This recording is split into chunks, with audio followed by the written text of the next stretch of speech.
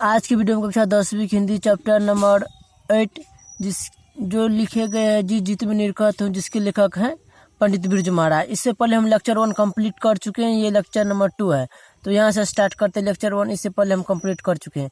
बाबूजी के साथ मैं रोज आता था, हालांकि लौटते लौटते मुझे नींद आ जाती थी तांगे में। कौन बोल रहा है? पंडित बिरजू महाराज। मुझे हेट पहनने का बहुत शौक था। एक बार हेट पहने तांगे में लेटा था। पार्टीशन के कारण चेकिंग भी चल रही थी। हेट गिर गया तो उन्हें गुस्सा आया। आते ही स्कूल और सो जाते हैं। फिर उठाया झंडे वालान के पास। उस समय यूं भी डर लगता था। पहाड़ी से रात में बाबूजी के हाथ में छड़ी देखकर पुलिस वाले ने टोका भी, क्योंकि उन दिनों यह सब नहीं रख सकते थे। खैर उन दिनों ऐसे ही दिन बीतते रहे, लेकिन कपिला जी लीला जी की जो हायर ट्रेनिंग होती थी वह मैं याद कर लेता था, और अगले दिन बाबूजी से कहूं कि मुझे याद हो गया तो मानते नहीं थे। फिर जब अम्मा जी कहे सुन लो और मशक्का लगाए तो सुनते थे। तो ऐसे प्रण की धक धुन नातिट ता धादिनता ये पढ़ने उस 7 साल की उम्र में खूब सुनता। उनको दरअसल उस समय नौकरी का यह नहीं था कि जम गए एक ही जगह। जैसे मैं 28 साल से यहाँ हूँ, तब वहाँ जहाँ भी नौकरी की वहाँ रहे कुछ दिन। फिर लखनऊ आ गए 2-3 महीने। यह स्वतंत्रता थी। रामपुर है तो 3 महीने दिल्ली चले गए। बंदिश नहीं थी कि कहीं हिल नहीं सकते। मेरा भी मन नहीं लगता और लगता मैं भी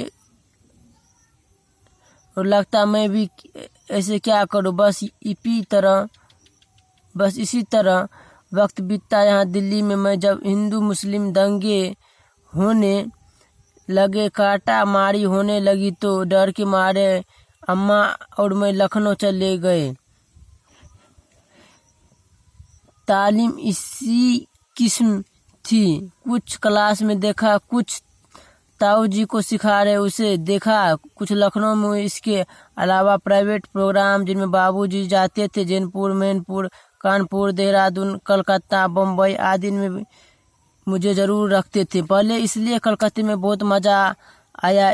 उसमें फर्स्ट प्राइज मिलने वाला था। उसमें शंभू महाराज चाचा जी और बाबूजी दोनों नाचे, यानी कि पंडित बिरजू महाराज के चाचा जी क्या नाम था? शंभू महाराज।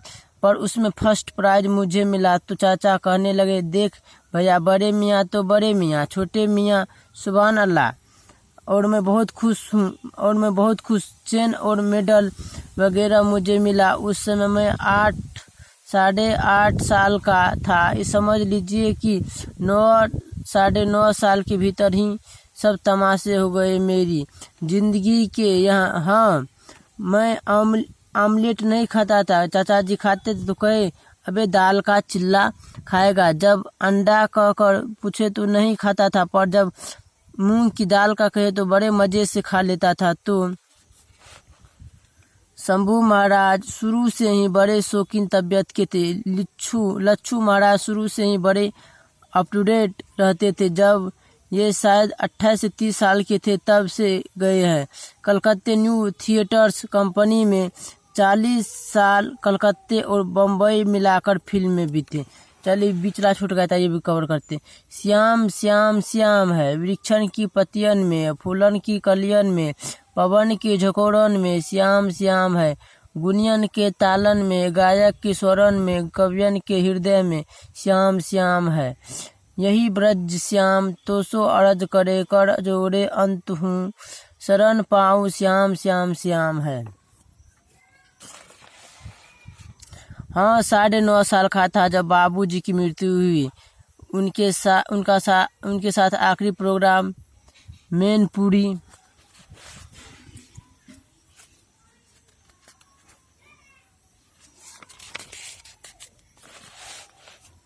में था मेरा। वे 55 साल के थे। लू लग गई थी उन्हें, और यहाँ उनकी जगह मैं नाचा था।